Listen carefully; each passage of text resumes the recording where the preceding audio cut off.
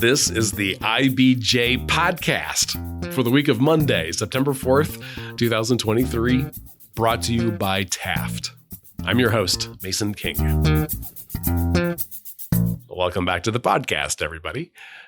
Darrian and Devyn Mikell grew up in central Indiana, played sports, went to college, tried a few things to get their career started, and ultimately launched a tech firm together. They have some juicy stories from their early days of grinding that would resonate with other tech founders, like starting with the wrong sales strategy, struggling for months without revenue, and slowly building a base of investors. There are a few things that are relatively unique. First, they're brothers, and we all know that it's often not easy for family members to work together. Second, they recently reached an important milestone with a $4.5 million fundraising round.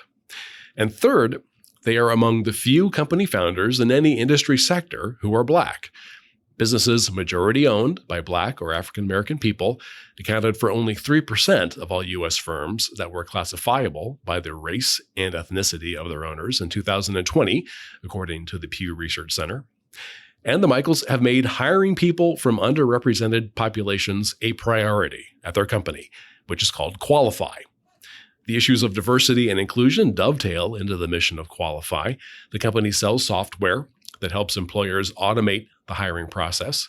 Their first major offering allowed job candidates to respond to pre-recorded questions in their early stages of the interview process. The information is transcribed and relayed to the employer, allowing the company to screen candidates much more quickly than it could through person-to-person conversations. It's easier for companies to avoid bias in the screening process while evaluating transcribed interviews, and they can keep the process as fair as possible by asking everyone the same carefully written pre-recorded questions. In this week's edition of the IBJ podcast, Darrian and Devyn join us for an in-depth interview about how they work together as brothers, the inspiration they've received from their family, which includes an older brother with a Pro Bowl career in the NFL, how they handle the roller coaster of startup life, obstacles that Black entrepreneurs face, and the importance to them of diversity as they grow the company. Here's our conversation.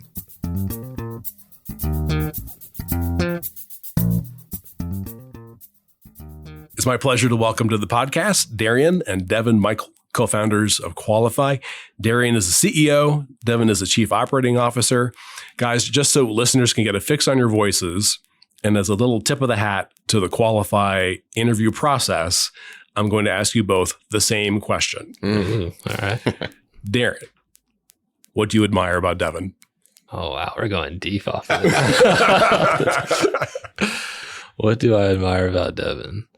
That's a good question. I think in the context of our working relationship, I admire that he's really honest and straightforward, and at the same time is really good with his emotions. Like he always says that he's like the one that rides the different waves of emotions, but I think that I admire that he stays in tune, with those emotions and kind of keeps the people side first in what we do. So, yeah.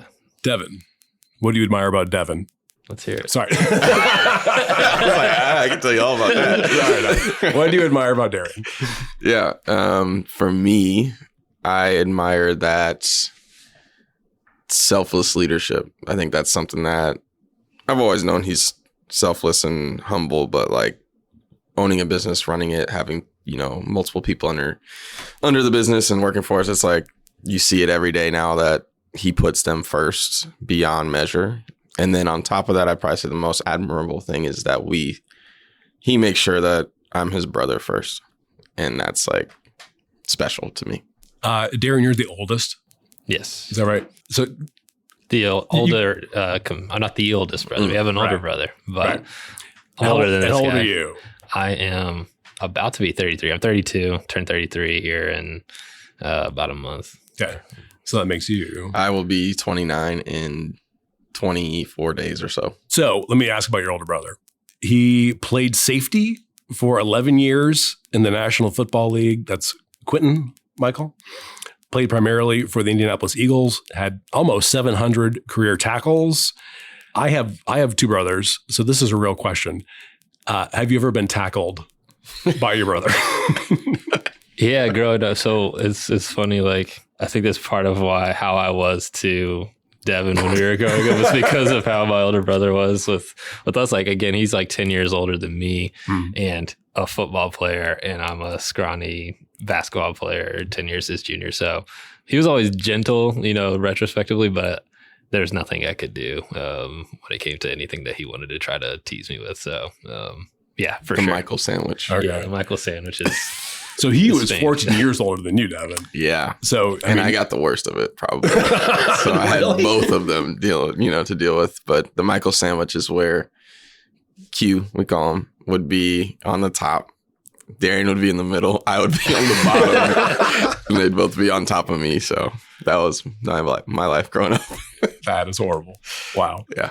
So what is it like to have an older brother who is like obviously incredibly talented? I mean, it's somebody who literally you can see on television every week of the year practically.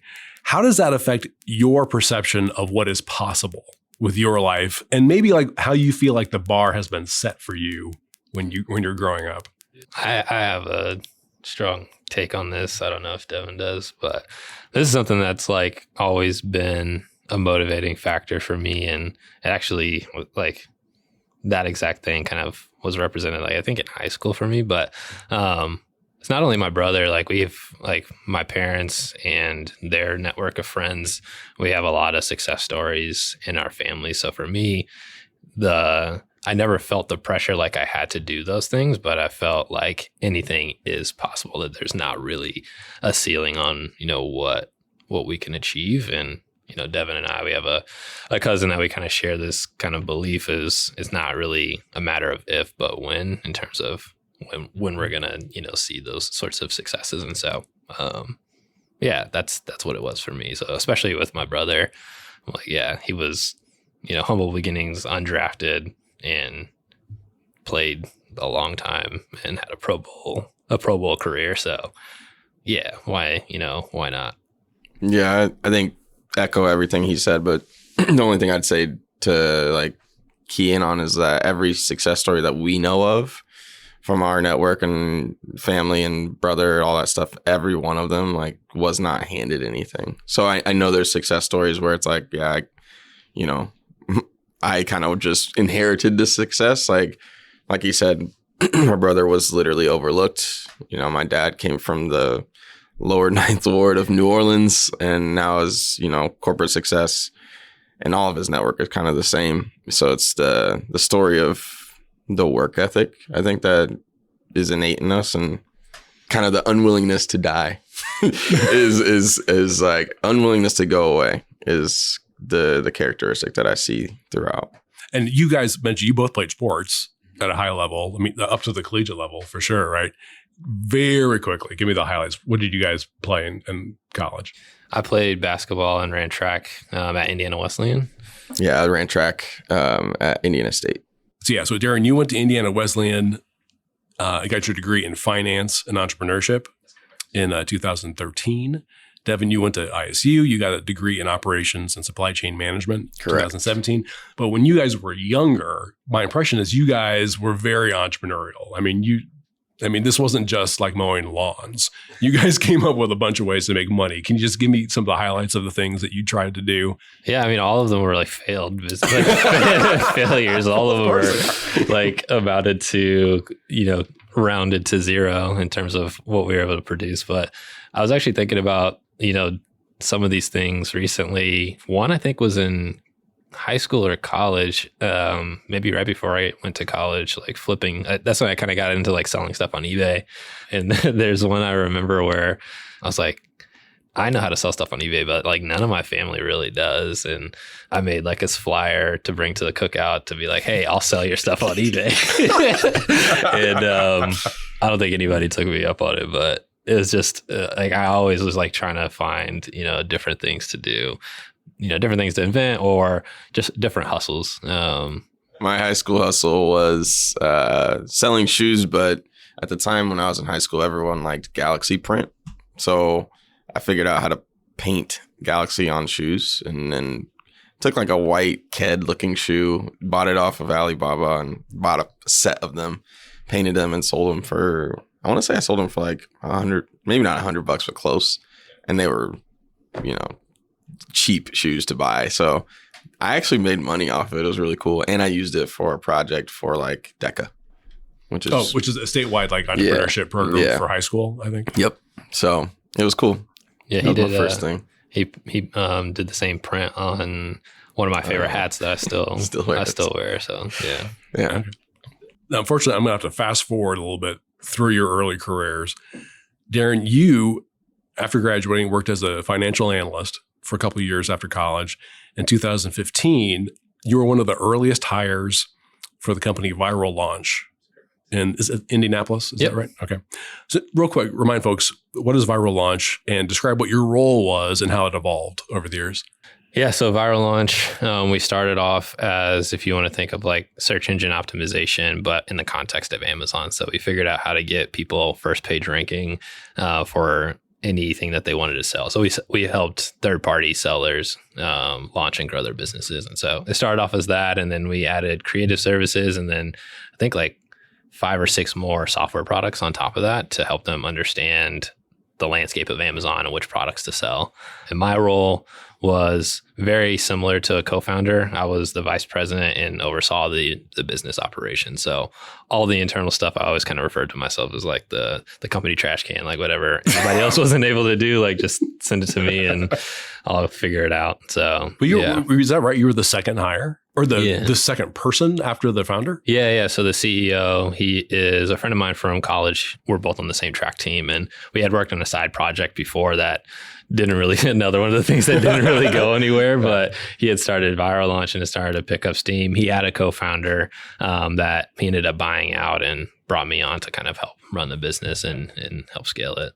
And I mean, it grew significantly. I mean, it was 70 employees or so at one point. Yeah, we went from like he and I to about 70 people in roughly 3 years. And we were like mostly bootstrapped throughout that time. So we were, it was really fun. I think when I left, I was like 27 years old and he was a couple of years younger than me. And so we're just a couple of young guys running this company that was going really well. And yeah, like there's a lot of learning lessons, especially being, young leaders, but I enjoyed my time there for the most part. And so, yeah. And one of the things that you did a lot of was hiring, which my understanding is led to an aha moment about hiring. Can you kind of take me through that? Yeah. So, like I said, I was managing a variety of different, internal ops responsibilities. And one of those was the HR and recruiting function. And so I had a full plate, but I also needed to, screen people, recruit people. And so I just found myself on the phone a lot, asking the same questions over and over again. And I didn't know what I was doing. So I, researched and tried to figure out what are the right questions to ask and like be structured about it. And so it's very scripted. And I was like, I should just record these questions and, send it out to the candidates and they can take it on their own time. And then I live on, up north and was driving downtown every day. So I was like, I could treat it like kind of like a podcast for interviews and knock out, probably like 10 of these on the way to work and, be more, my brain works on like trying to figure out, the most efficient ways to do things. And so that's where the, kind of started for me, the journey of Qualifi. And did that form like in such a way in your head where you're like, this really could be something. Let's see what I can do with this in my off time and see like maybe develop this as a side project. Did I read that right? I would say yes, but like, all of my ideas, I feel like I'm like, this is the next thing, but I think this is one where like Devyn and I, again, with that commute that I had from work every day, I found myself calling Devyn a lot and just talking about, new ideas. We both are entrepreneurs. And so we were both, sharing, different things that we were working on or different ideas that we had. And I think this one resonated, between the both of us. Right. Because you had a part-time position at about this time as a community relations coordinator for a group called Senior Helpers. Yeah, which is so glorified. I love it. Mainly I had a food truck that we had started in college and was doing that full time, but during the winter was doing the Senior Helpers thing.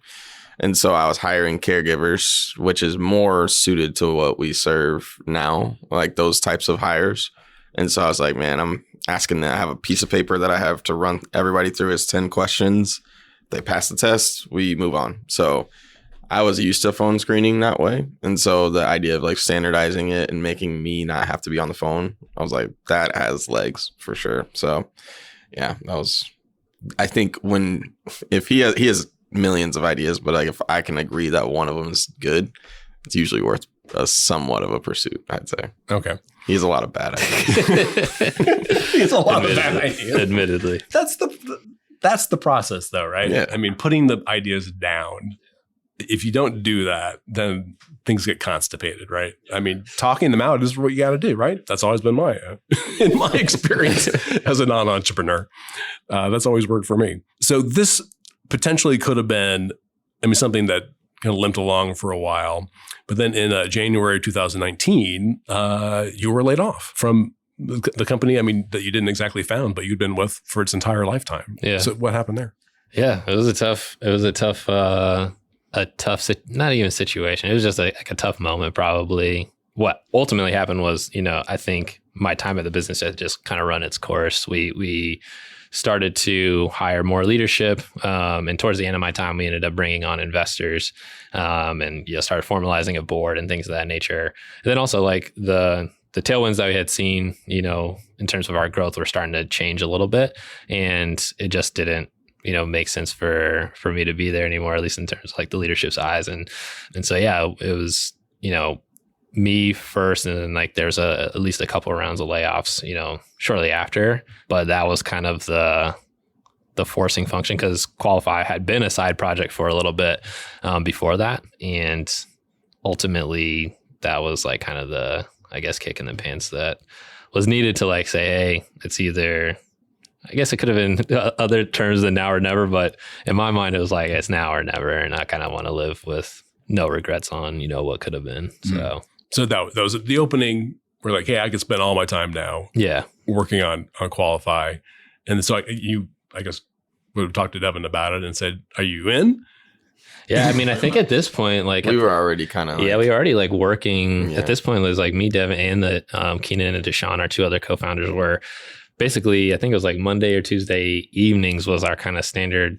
At that time, our all hands meeting was, at like 8:00 at night, after, I get the kids down and stuff like that. Oh, so it was, we were doing, it was pretty formed. The germ of it was formed and the team was formed at that time in January of 2018. It was just, we were expecting it to be a side thing for all of us for a while. And then it became his. I was like, all right, I got to go. It's now full time. I remember the meeting because I was like, I was like, hey guys, I don't have a job anymore. So this needs to work. So you two were technically the two original founders, but your other two partners, tell me again who they are. Yeah, that's Deshaun and Keenan. They're now our VP of engineering and VP of product respectively, but they're both engineers by background, and Deshaun's self-taught. He's also an accounting major and has an MBA, and was Devyn's co-founder at Twisted Fry, the food truck. And then Keenan's been at different startups and then large companies like Salesforce on the engineering side. So yeah, we wouldn't be anywhere without them. They built, the first versions of Qualifi and really got us. So is this the first time you're really kind of significantly working together as brothers? Yeah. So did you guys have to have a conversation at some point? Like, we've heard that this is very difficult for some families. How are we going to approach this? I don't know that we ever had like an explicit conversation, but I remember us saying, or you saying, it's like, we're family first, business partner second. Yeah. That's about all that we've probably done to talk about. Like, it was just assumed, I think, that we were. Yeah, I think like one of the things that we did early, even with our other two co-founders, was just like establish, certain things at the beginning, like equity and stuff like that. Like when it was just Devyn and I was like, I want it to be 50-50. I don't want anything like coming into play there. So like that was, I think, a good move. And then same thing, just, because some people in some companies don't have those conversations until it's too late and then like emotions get involved. And so we want to establish it early, agree on it early, and then move on from there. So I think that's helped. So are the four of you equal partners? No, we're not equal. But Devyn and I are. So that's how it started. And then we brought the other two in after we had already, kind of started to build momentum and like have an understanding of the idea. So you two are still equal partners, but you have a greater share than the other two co-founders. Correct. Okay, gotcha. How long was the conversation about what roles you would play in the company? Like, was just Darrian said, "I'll be the CEO," and then you're like, "Okay." That's fun. I mean, that's a really good question. I don't think we ever assumed it any way different. Like, it's his idea, and to me at the time, which is probably a naive way to think at the time, but I was like, "It's your idea. It's your company. Like, you are in charge of your idea." I still, in some ways, behave that way. So, we talk about future ideas and things like that. I'm like, I'm gonna be a CEO someday, and hopefully you're working with me. So that'll be funny, a funny dynamic. But yeah, I think it was just assumed. I think more of what it was like the role breakdown beyond title, like who's in charge of sales, who's in charge of product, who's in charge of engineering. All those things took time, and especially with me and his, because we both were selling in the beginning. We both were doing marketing. The only thing I didn't do that he did was like the boring finance and ops stuff. Like, so I think we had to like delineate how to work together in those areas of go to market. But other than that, I think I always say like we're both like Swiss Army knives, just like kind of have different domains. Like I gravitate towards the operational side, the finance side, and then Devyn's always been on like the go to market. He was our first designer as well, and so. Yeah, like all those areas where like customers, it's more customer facing. Devyn has been like the everything man for that. And then I've done I've helped on, where I can. And like on, like the go to market side, everyone has to be kind of selling. But then, yeah, I'll do all the books and stuff like that. So, and it seems like it's been going pretty well. I mean, 4 years down the road here, everybody's still still brothers. Everybody's still, and everyone's okay with their roles. Yeah. Oh, yeah. No, it's been really good. I wanted to go back real quick to athletics. Is there a way that you guys use athletics as a framework at all for running the business? And I'm talking more than just like saying, "Hey, we're all teammates here." I mean, is there something kind of structurally at all, or in a way that you approach maybe dealing with other employees? Yeah, I think the team, I try to be a little bit more conscious about it, but I think the team probably gets tired of my sports analogies or things of that nature. I try to mix it up a little bit, but a lot of what I've learned about leadership has come from my time in sports, especially my coaches at Indiana Wesleyan. A lot of like the core principles, and even some of them I've formed into the the values that we uphold at Qualifi. And so whether they know it or not, like it has influenced the way that we're building. So what would be an example of something that you remember a coach saying? Yeah, so like at Indiana Wesleyan, it's a Christian institution. We had like the mantra of "I am third," which is God first, others second, yourself third. So it's like a framework of humility and like prioritization. And so the way that that's kind of built into, Qualifi is, being unified and selfless, putting others before yourself, and that, team success is going to lead to individual success, and having that sort of mindset. And so that's, I think, a good example of that, like not sports directly, but just some of the, principles that I've learned by, being a part of a good team. Devyn, is there anything that you? Yeah. I think I've learned more or used more of I coach now at a university. And so that's probably more of what I use than me as an athlete, because coaching brings out a different thought process in sports. So most of the time I use I can use like very tactical things. Like I'm a jumps coach, so I coach long jump. And so it's like you have to run through the board. So momentum is a principle that I have, at least recently, just been really big on. And then you could also look at like committing to the commitment is another one. I'm stealing that from my head coach at this school, but you commit to something, and then you have to commit to the fact that you committed. And I think that's the real part, which is like every day you wake up and you're like, you have to remember what you said you were going to do and go and do it. So those are probably the two areas. That'd be good for marriage counseling too. Yeah, it would. So Qualifi was founded early 2019. Mm-hmm. So what were some of the main challenges in that first year? Everything. I tell the team to this day, like, it's never been easy, and it's not going to be easy now. I think that's just some companies might have it a little bit easier. They just take off and they have other problems to figure out. Like for us, I think the biggest thing that we've been able to do is survive and see those next milestones. And I liken us to cockroaches in that way. Like we figure out a way to survive. But in the early days, like what we have is it's a new idea to the audience that we serve. There's other products that do things that might be somewhat similar, but ours is pretty unique. And so I think the challenge for us was we didn't really know the landscape from, we know we need to sell to recruiters, but like, do we sell to recruiters? Do we sell to their bosses, like an HR director, a talent acquisition director? Which companies are going to be the most valuable to go after and who's going to buy it from us? So like, understanding our ICP is still, part of like current day thing that we're continuously navigating. And then, figuring out how to sell. We've sold things before, but didn't have sales experience in this capacity. So those are a couple. I have plenty of others, but I'll let Devyn share. I mean, we spent almost a year selling to the wrong people. And that was like, they would say yes to beta test and then they would not use it at all. So we got it's almost like we always get enough validation to keep going, but we're like not getting the traction that we thought we would over the course of the first year.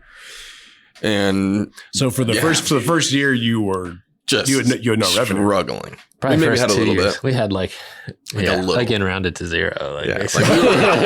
We were charging like $99 a year though. Like it was totally different than what we have figured out since. But I mean, I would say the first year we were just building stuff. Is what it felt like. We were just completely continuously building because we had two great developer founders with us. So we were able to crank out our ideas, but the sales part was just wrong place, I'd say. Mm-hmm.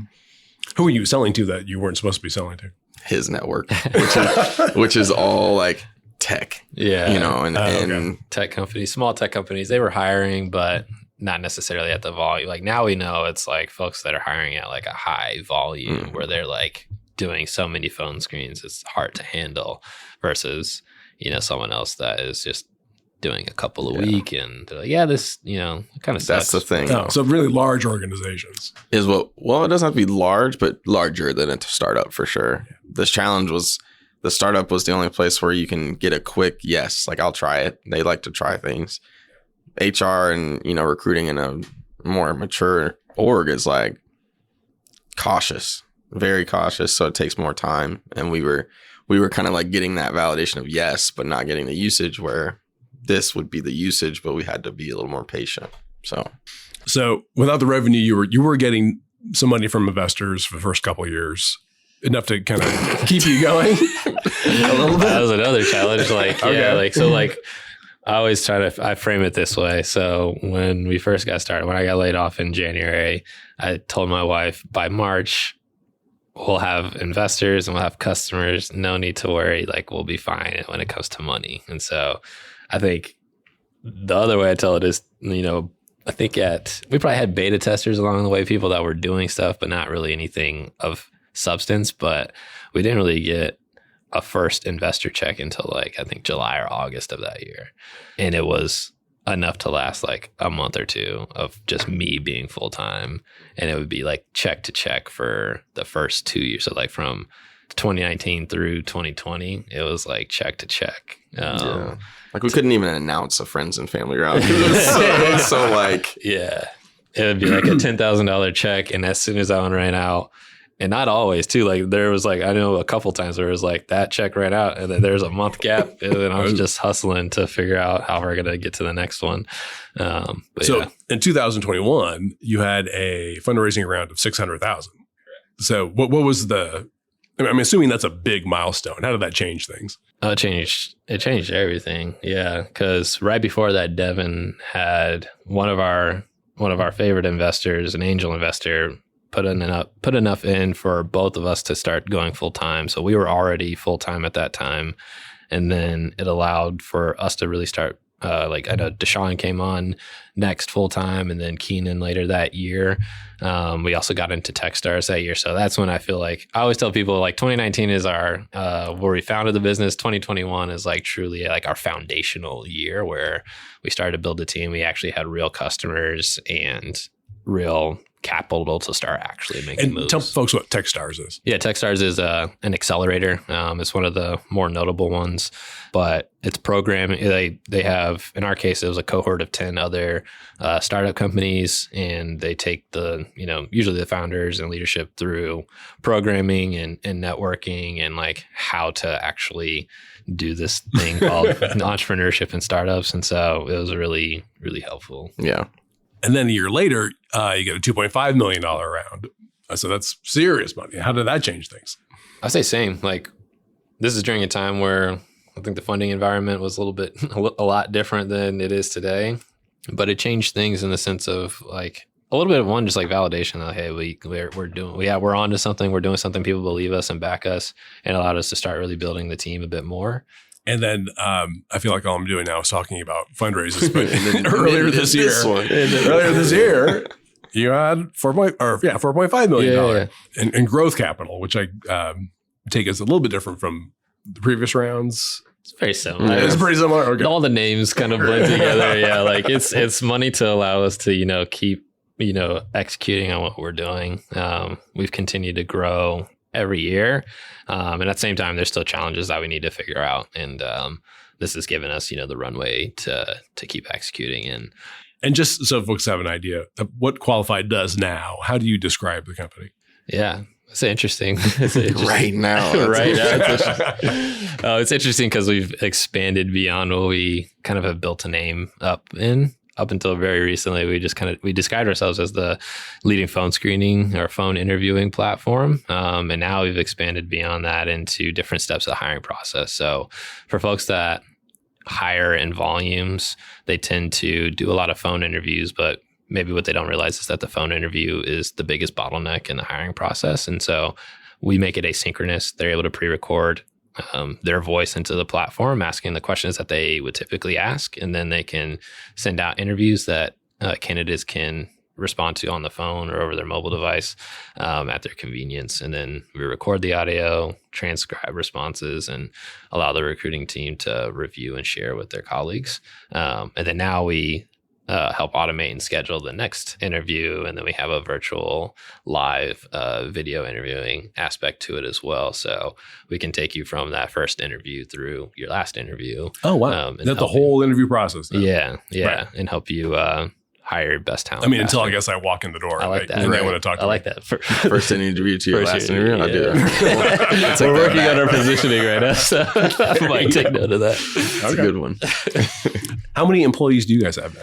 So we're at 16 full-time employees right now. Do you guys use your own software, or are you too small of an organization? No, 1,000%. Okay. It's a very, like from day one, it's a very, it's like actually been very useful. Yeah. But also like we're intentional about that because we want people to know what our company does when they come in. So we want them to experience it from a candidate's perspective, but then also it's like we're busy. Like everybody on the team has a lot of responsibilities. And so when we have hiring time periods, it still is a challenge because of just everyone has to kind of rally around that together. So yeah, we definitely use Qualifi. Yeah, we had, when we posted our sales position some months back, it was probably easily 300 applicants, and you can go through first pass and disqualify some people, but you're going to be stuck with about at least 50 that are probably qualified to phone screen. And there's no way, and that's the life that our users live every day. So it resonates for me. I was like, I'm thankful that we have this tool. Okay, let's take a quick break to hear from our sponsor. This is the IBJ Podcast. Taft, today's modern law firm. With more than 800 attorneys in 8 primary Midwest markets and the District of Columbia, we provide solutions to the business issues facing middle market and emerging companies alike. We do this through a highly collaborative and inclusive team approach. Taft, the modern law firm. To learn more, visit taftlaw.com. All right. We're back with this week's edition of the IBJ podcast and our interview with Darrian and Devyn Mikell of Qualifi. So I forget if this was during the recorded part of our conversation or before, but you mentioned that you guys have had to lay off 5 people just this week. You had the exact same experience with Viral Launch. Does that make it harder? I don't think me having gone through that made it harder. I think just the approach that we have with our team and the care that we have for our team makes that really hard. I knew it was going to be hard going into those conversations, but I told folks afterwards I didn't expect it to be as difficult, even as it was, especially on an emotional level, because each of them have said really great things, like even on their way out, like they enjoyed working here. They enjoyed the people they work with, and same for everyone on the team. And that was my priority, is like, one, making sure that they are hopefully taken care of and we can help them as best as possible on the way out. And then for the folks that are still here, like making sure that they feel still confident and, secure in what we're doing here, in their place in that. And so I personally have like learned a ton from this experience, and I guess like seeing it, I'm trying to see the positives in everything. And it's kind of like reaffirmed some things for me from like a leadership standpoint and how I approach things. So I guess that part has been encouraging for sure. Did anyone ask, how do we go from $4.5 million fundraise in January to laying people off? Of course. Yeah. Yeah. Like the reality is, what we're doing is trying to put the company in the best position as possible, and thinking, long term about our future. And so the idea is we want to make sure that we are hopefully mitigating even worse decisions, or worse, not decisions, but like worse calls in the future, avoiding rougher waters in the future. It's been challenging for a lot of companies, and we're not immune to that. And so we still are really optimistic about the growth and like the potential of where Qualifi is going. This move is, I think, validation for that. Like, we're trying to make moves that will allow us to be aggressive and still, pursue that growth, but wanting to make sure it doesn't come at, an even more severe cost in the future. So that's kind of the mindset. I will say, when we write stories about companies that get like significant fundraisers, one of the first things we hear is, well, we're going to hire 30 people in the next 3 years, or 50 people in the next 5 years, which, as I mean, that's a whole new ball of wax. I mean, managing growth is a big deal. Yeah. Am I intuiting here that you're trying to be really careful about not overgrowing? Not over, like we want to grow like crazy. I guess from a team. Not over hiring. Yeah, not over hiring, I think is the... Yeah, I have a hard rule now. And just from the revenue team's perspective, it's like, we need to be underwater before I hire again, basically. And when you grow, like when you're raising funds, typically it's like, hey, we're going to raise, let's call it 10 million. We're going to hire 20 salespeople now, right? And so a lot of companies will hire ahead of pipeline being there and things like that you need to sustain that 20 people you're going to bring on. And I think we've learned from, past decisions, like that's the opposite of what we're trying to do in the future. So now for our current team, it's like, hey, we're going to create a new bottleneck, and our calendars are going to be filled before we're ever considering hiring someone again for, these positions. So I think that's the things that I've learned. Yeah. And it's interesting. I mentioned like the past time period of like fundraising environments and now, and the things that we've heard and felt from like investor community is still grow. Like they still very much care about, your top line growth, but like there's a lot more emphasis on your profitability and things of that nature. And so just making sure we're positioning the company for those next milestones in the future. Yeah, it'll be hopefully a win for all of us, as we continue to do that. Now, I'm going to go way outside my comfort zone and ask questions about race and diversity. And first, it's interesting because it is really, these kind of questions are also really pertinent to your product as well. How does Qualifi try to take bias out of the hiring process? Yeah. So one, what we do today is we make it a structured interview, and it's also blind. So like obviously it's audio based. They can't see the candidates. So that's the like mainly what we do today. But I'm excited for like the potential of how we can expand on that in the future for sure. So to give you an idea what if you don't know what structured is, it basically means you ask the same question every time, like you did for us in the beginning. But all of our competitors, for the most part, use video. So when you look at, like, could you say directly, like, Qualifi as a DEI tool? Not necessarily. But when you look at it in the landscape of our competition, then it becomes clear, like, there's less opportunity for bias with our tool than another tool. So Qualifi is one of the very few Black-owned companies, really in the technology sphere, not just in Indianapolis. And you are 75% Black-owned. It's the two of you and Deshaun, I believe. Is that right? Yeah, in terms of like operating and founding, obviously we have investors and full cap table now, but yeah. Right. Kind of washes it out a little bit. Okay. Yeah. But I mean, in terms of your four, Yeah. the four co-founders, primarily Black, have you faced obstacles or any kind of challenges specific to being a Black-owned company? Anything you could isolate from your experiences? I don't know that there's been anything explicit. Like, no one said, like, you're Black, I'm not funding you. Yeah. And they're not probably going to. There's things that with any systemic issue, it's happening behind closed doors and honestly not in conversation, but just in habit. But one thing I think that's a reality is we are naturally less comfortable, going after. There's a few things. We're naturally less comfortable. And typically we're going to, by statistics, we're going to be less resourced in the beginning. So as Black founders, you typically don't have a great family and friends opportunity, right? So that's like usually a company's first round is friends and family round. So we are fortunate. We do have a decent network, so we were able to get through. But a lot of other founders are going to have a broader network that they can run to get that done. But I remember one specific situation where we're pitching for, I think, a pretty good size investment from this company. And it was about 40 people or so in the room. And then there's me and Darrian, and everyone else was probably 50 years old and white, 50 years old and above and white, and a few women as well. So it was mostly 50 plus year old white males. And then there's me and Darrian in the bottom left corner of the Zoom room. And I was like, man, this is wild to see. And since then, I think a lot of these, firms have made an effort, but how long that effort lasts, I don't know. But I just remember that feeling. An effort to get more diverse people into the room for the interview. Exactly. On the other side of the table, not our side. Not on your side of the side, yeah.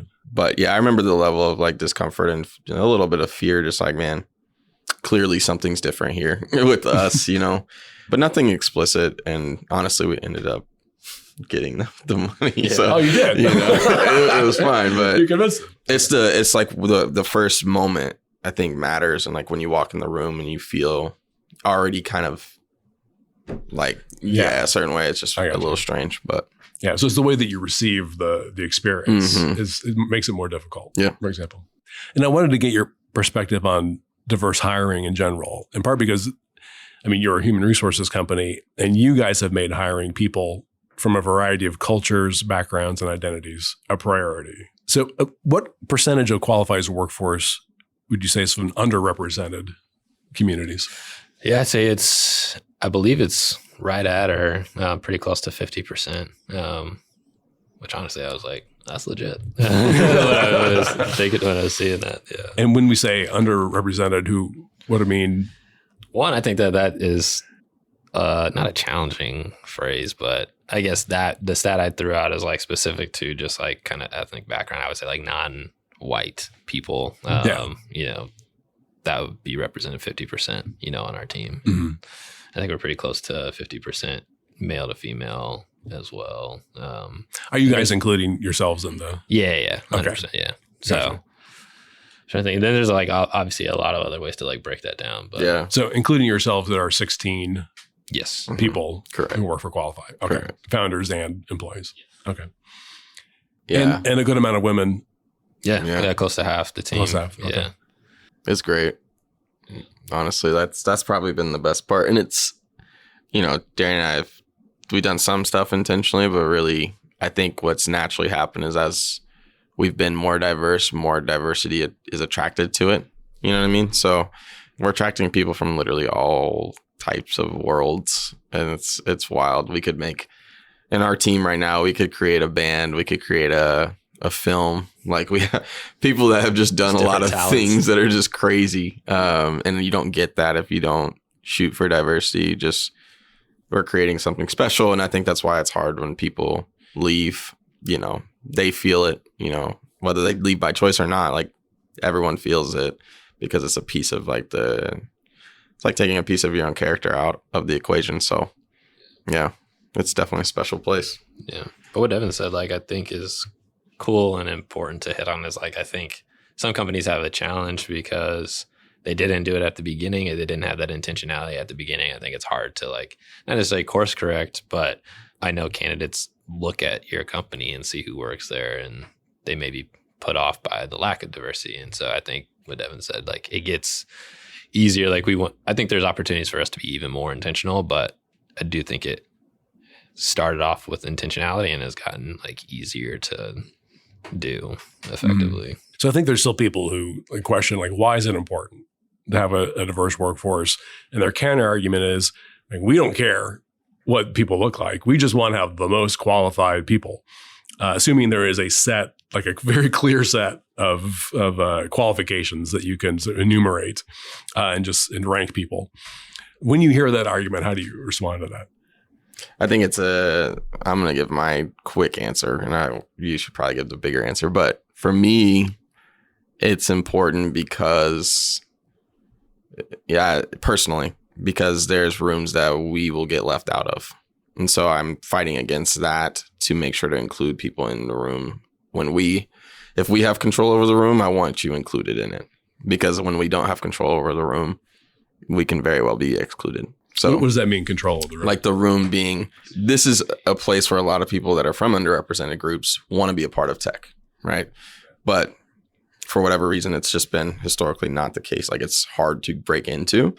And so when we have a chance to make that change, like I want to be really intentional about it because I could be one of those people that couldn't break into it. I just happen to have founded a company that has the ability to hire people. So, okay. Yeah. So that's my why, but right. It's like, while to answer the broader question, I think you could give a better answer. I think you're saying like, while I have some authority and some influence, you're going to try to make a difference. I think is exactly what you're saying. Yeah. But the why generally is bigger than that. Like there's a lot of advantage, which that's what I was saying you could probably answer. Yeah. Like one of our core values is centered around diversity. And I like the way that we break it down because it's one, diversity for diversity's sake. Like one, since it's our company, we want it to be diverse, like purely for no other reason than that, like, you know, full stop there. But especially what we do, the other piece to it is for the advantages that it brings. I think we may be like unique compared to other companies, but I think other companies might have their own specific reasons why diversity matters. But for us, being involved in all things people, from what we do internally to what we do on the product side, it's crucial that we have a diverse team. And it's come up, I think, even recently with like, we're adding some accessibility features and enhancements to the product. And I think that has been highlighted by people that we've brought onto the team that are blind spots probably for, some us, on the co-founding team. And it just gives us perspective on how to think about approaches to our own product and approaches to how we deliver that to others. So if your clients are, they have the entire universe of people that they could hire from, of every color, every ethnicity, every ability, every lifestyle, that it is to your benefit then to have a team that can help represent all the interests of those people. You said this week, Darrian, at a panel discussion at the Indiana Technology and Innovation Association conference, you'd like to see more diversity in Indiana's tech industry. Obviously people have been talking about this for more than a decade.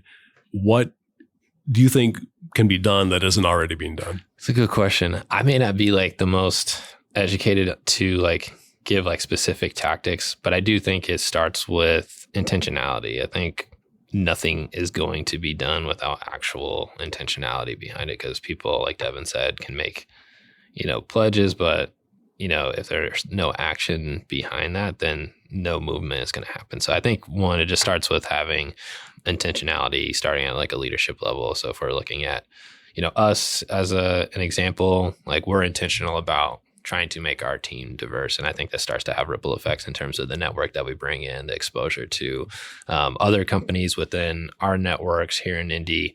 I think that just continues to cascade down. And hopefully over time, companies like us, when we create wealth and value that then flows back into the ecosystem, but especially the people that we've brought into our teams, they go out and do great things and bring more people into the ecosystem. And so that's the sort of like kind of mindset. But I think it starts with having like a understanding that, yes, this is a problem, and we as a collective will not be as good if we don't have some intentionality behind it.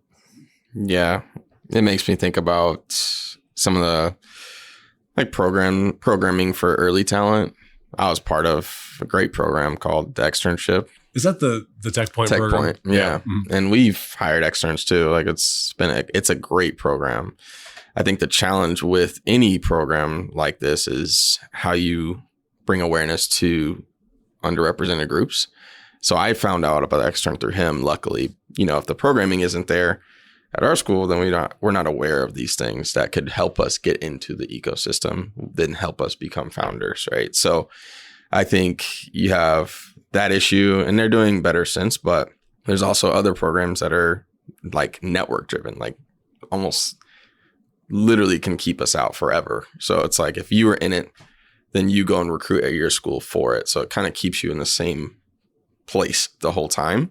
And I feel like that's a broken system as well. If you're shooting for diversity, if you're not, then it's going to work. But I think the more we can get to the early talent better, faster, more accessibly, the more diverse that we're going to see this like ecosystem become. So yeah, there was a separate panel discussion at the ITIA conference where Christopher Day of Elevate Ventures said his organization and others must do a better job of connecting with students. So it sounds like, that is a potential connection point where companies could find diverse employees, or maybe they're not really exploiting all the opportunities. Yeah. Diverse employees for sure. Yeah. I don't think anyone of these firms and programs in the state or in the city are not connecting with students. I think that's not the issue. It's where we're connecting with students is where I've always kind of seen pitfalls. Like, go to the places where maybe you're a little uncomfortable is kind of my encouragement to these groups. Is sometimes if you want a certain population, you need to go find the population, not expect them to find you, because it's not going to happen. Well, you guys are busy guys. I know you got to get moving. I did want to ask about your brother again. What is he up to? And are you tired of hearing people ask about your brother? No. They rarely do anymore. Less, yeah. It used to be retired. all the time. It used to be all the time. Growing up in high school, especially here in Indy, we both grew a disdain for the Colts. Sorry. But no, he's retired from the NFL. And it's actually pretty cool because now there's part of, I think, our collective dream is to start a business with not only us two, but our dad and our older brother. But now there's potential hope on the technology side. He just got his, I forget what the certification is, but pen testing. Yeah, in cybersecurity. So you are kidding me. Yeah. So he's always been like a kind of a nerdy guy underneath the athlete, sculpting, I guess. Yeah. That's incredible. What does he want to do with that? He wants to be he wants to do ethical hacking, right? So he wants to try to find, at least I believe he wants to try and penetrate the code base and see if there's vulnerabilities leaks. and stuff like that. Which we just did for, we do that regularly for Qualifi. So it's cool to see like future state, he might be able to do it. Yeah. Wow. So that's cool. And then other than that, he's also the defensive coordinator for his son's high school football team. Yeah. So apparently they're good. Yeah. All right. So are you guys brainstorming at all about ideas now for like, how can we get the whole family together? Devyn's taking lead on that, actually. Yeah. I mean, it's definitely nearing more and more reality as my dad comes near to retirement. So it's like, okay, what are you going to do? well, let's try and figure out a family business that we can have him operate and help him become the owner that we've always felt like he should be. The difference between us and him is that we're willing to not go the tried and true path. And so he has all the skill set, if not way more than us, to run a company really well. So we're just eyeing a few things to see if we can set him up, basically. That would be great. Yeah. Is he here in town? No, he's coming this weekend. He's here all the time. My parents live in New York, but they come back all the time. We have kids, and so they're here to see them all the time. Not for us, but for the kids. Well, great. Well, yeah, hopefully we can check in a year or two, and maybe we'll have something to report. Yeah, that'll be awesome. Awesome. Well, thank you guys for taking so much time. I really appreciate it. No, thank you for having us. This is fun. My thanks again to Darrian and Devyn Mikell. And folks, before you get on with the rest of your week, there are a few stories in the latest issue of IBJ I want to bring to your attention.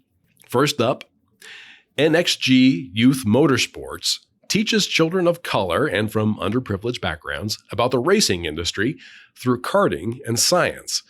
Mickey Shuey reports that the not-for-profit is on the verge of a major expansion with a new site and new programs. Also in this week's issue, Susan Orr takes the temperature of the tech community to see if it's recovering from the slowdown earlier in the year. And Taylor Wooten reports that Mayor Hogsett's administration faces an uphill battle with its proposal to change the state road funding formula that now strongly favors rural areas. Again, you can find these stories in the latest print edition of IBJ or online at ibj.com. And thanks again for making time for the IBJ podcast. I'm Mason King. Hang in there, everybody. We'll be back again next week.